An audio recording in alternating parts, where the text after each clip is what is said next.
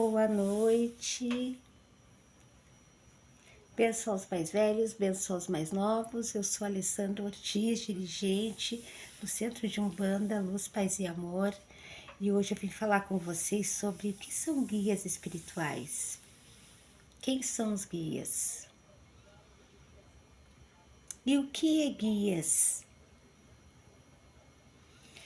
Então, gente, eu passei aqui para falar com vocês hoje sobre os guias espirituais que se manifestam na Umbanda, espíritos que se manifestam para a prática do bem e do amor. E passando aqui para falar para vocês que nem todos os guias são reencarnações, mas a maioria deles foram pessoas que viveram na Terra, reencarnadas, que vêm para nos ajudar, para nos dar um auxílio, para nos dar uma direção, para nos ajudar. Então, gente, os guias espirituais na Umbanda, por exemplo, os caboclos, né? Os caboclos, né, que vêm com arquétipo nativo, né? Eles trazem uma força, uma energia de força, de proteção. Eles seguem a determinado orixá, como todos os guias espirituais. São falangeiros dos orixás, trabalham para determinados orixás. Por exemplo, o caboclo Pena Branca, ele é enviado de Oxalá, né? Os caboclos, na maioria das vezes, são enviados de Oxóssi. Então, o grito dos caboclos é: ok, caboclo.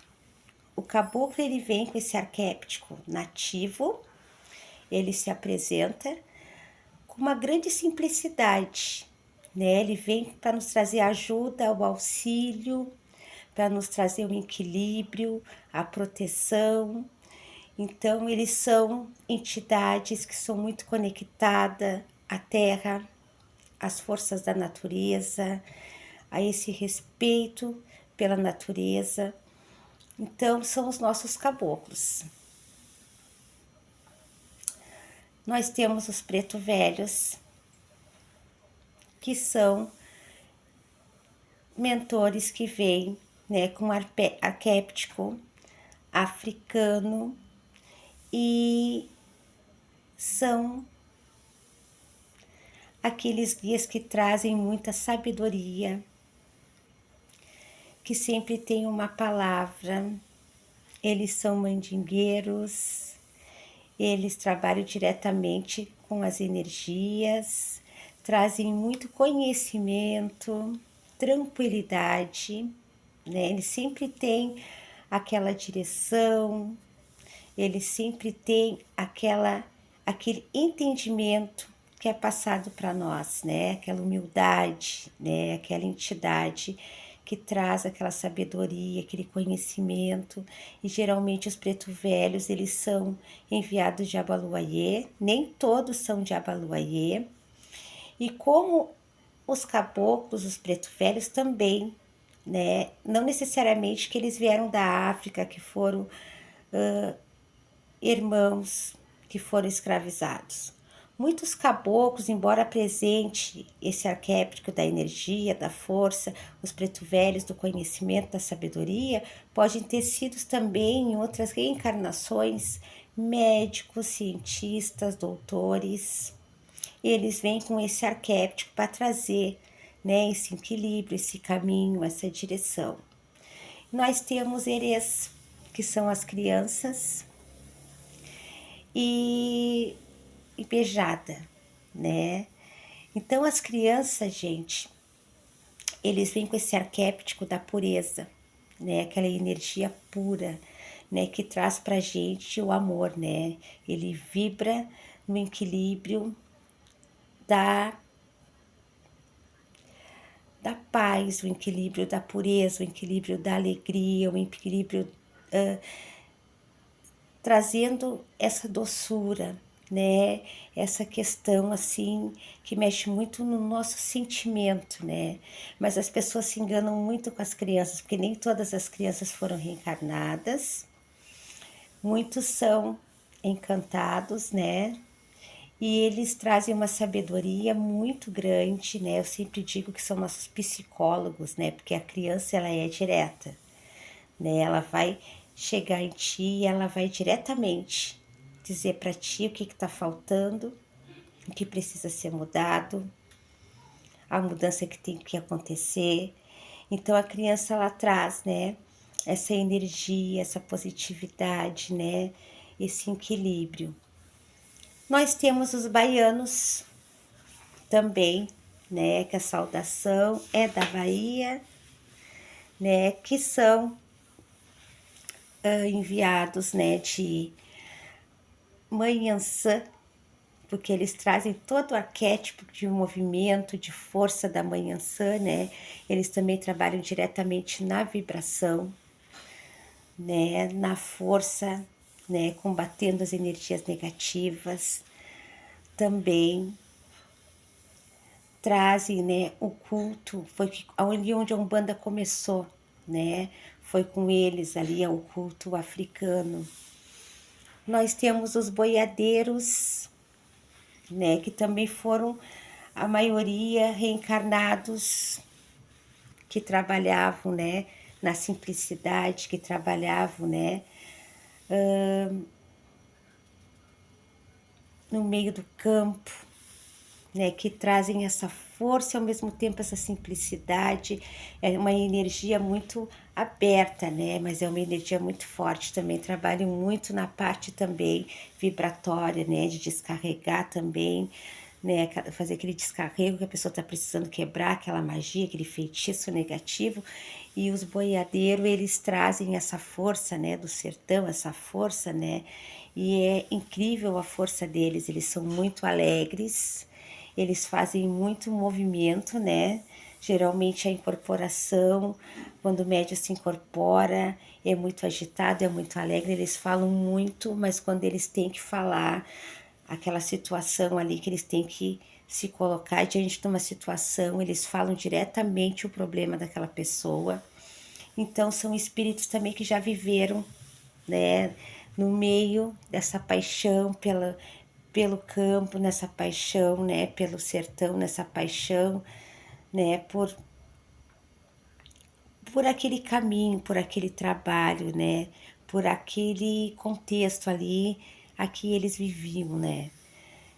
E nós temos os ciganos também, né, que são espíritos também que trazem uma energia de vibração muito alta. São entidades, né, espíritos que vêm muito antigos, né, e eles trazem a união, a família, né, a sensualidade. Os ciganos trazem as cores, né, eles trazem os jogos, eles trazem a magia, eles trazem muitos rituais cabalísticos, eles trazem a dança, a música. E os ciganos trabalham muito na saúde, eles trabalham muito nos caminhos, eles trabalham muito na questão do amor, né, da liberdade, né, eles do desapego, né? O cigano ele trabalha muito nessa questão do desapego, né? Que a pessoa tem que ser feliz, né? Tem que se desapegar muitas vezes das coisas, né? Essa liberdade, né? E essa força do povo cigano, né? Que é um povo de muita energia, de muita beleza, de muita alegria, né? E foram povos que sofreram muito, né? São espíritos que viveram na terra e passaram por muitos perrengues, né? Muitas vezes foram também corridos de lugares, né? Foram perseguidos, né? Então esses espíritos eles vêm na Umbanda também como para trazer essa ajuda, né? Para trazer para nós esse conhecimento, né? Então o povo cigano também, né? São esses povos mais antigos, né? Nós temos também os marinheiros na Umbanda, que também são entidades que chegam. Muitas vezes eles chegam se embalando e muita gente confunde eles como se eles estivessem embriagados, mas eles não são embriagados. Eles vêm no balanço das ondas. Eles chegam sempre como se eles estivessem no barco e o barco estivesse em cima de uma onda, né? E ele sempre se movimenta ondamente, né? Como aquela energia fizesse todo aquele círculo, assim, aquela movimentação, né? Aquela expansão, assim, para equilibrar a parte vibratória, né? De todos os médios, de todos que estão ali presentes, né? Então, os marinheiros, os marujos, né? Eles chegam sempre com essa energia, trabalhando sempre a parte do sentimento, né, gente? Eles são enviados da grande mãe Iemanjá.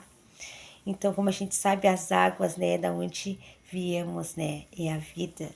Então, ele trabalha mais na parte interna, né? Ele trabalha muito a vibração interna, né, da gente, dos médios, né? E a parte externa também, para a sabedoria, para o entendimento, né? E temos o povo da esquerda, né? Que é o povo de Exu, né? Que são nossos guardiões, né? Que nossos guardiões, independente de religião, né? Que a gente seja, eles sempre são dados a todos nós aqui na Terra, né? Como fazer a nossa guarda, né? Nossa proteção, né? Eles são os guardiões, eles estão sempre com a gente, né? Mesmo quando a gente não sabe que eles existem e a gente não acredita neles, mas eles estão ali, né? Exu, né? Também é enviado de orixá Exu, né? Exu é mensageiro. Exu, ele cuida das porteiras de todo o cruzeiro. Quando eu falo todo o cruzeiro, gente, são todos os cantos, né? Todas as partes, né? Ele é um movimento, né? Ele anda por todos os caminhos, né? Todos os cruzeiros, todas as encruzilhadas, né? E Exu, ele também foi, foram espíritos que viveram também na Terra, né? Que tiveram seus erros, tiveram seus acertos, né? E eles hoje vêm, né? Com uma redenção, né? Se redimindo de situações que aconteceram no passado e uma maneira de nos ajudar. Eles chegam aqui para nos ajudar. Exu não faz mal para ninguém, né? Exu, ele só responde a uma lei maior. Ele pode interferir, sim. Ele pode se atravessar no teu caminho e algo acontecer, mas se for por uma lei maior, Exu não vai te fazer nada sem ele for mandado por essa força maior. E muitas vezes ele é chamado, né? Ele chega através da sua magia ali, ele trabalha, mas ele só intervém na vida de alguém por uma ordem maior. Ele não está aqui para te prejudicar. Pombogira, né? Pombogira. O que quer dizer pomba? Que leva o recado, né, gente? Pomba que leva, né, a mensagem, que traz a mensagem, né? Então, as pombagiras quer dizer, a pomba quer dizer a mensageira, que traz a mensagem, e gira é o movimento, né? As pombogiras são mulheres também reencarnadas, né? Que também vêm com esse arquétipo, né? Que trabalham muito na sensualidade, na autoestima, né? Que trabalha no nosso entendimento, né? E ela traz essa força, né? Para nos mostrar o caminho, né? Para a gente ter condições de chegar onde a gente tem que chegar, para a gente ter condições de conquistar os nossos objetivos, realizar os nossos sonhos, né? Então a pombogira, ela traz essa magia, né, do encanto, da autoestima, que a gente aprenda a se valorizar, que a gente aprenda a se gostar. Então ela traz essa força também, né, sendo mensageira também, né, ela também segue também, né, a orixá. E o orixá Oxum, né, vem representando as pombogiras, né? E não são todas, né, que são enviadas de Oxum, muitas são enviadas de Ansan, de Oiá, mas Oxum vem como uma representação, né, como uma regente que vem à frente, né, representando, né, essa força feminina, essa sensualidade, né. e ela segue, né, essa regência, né.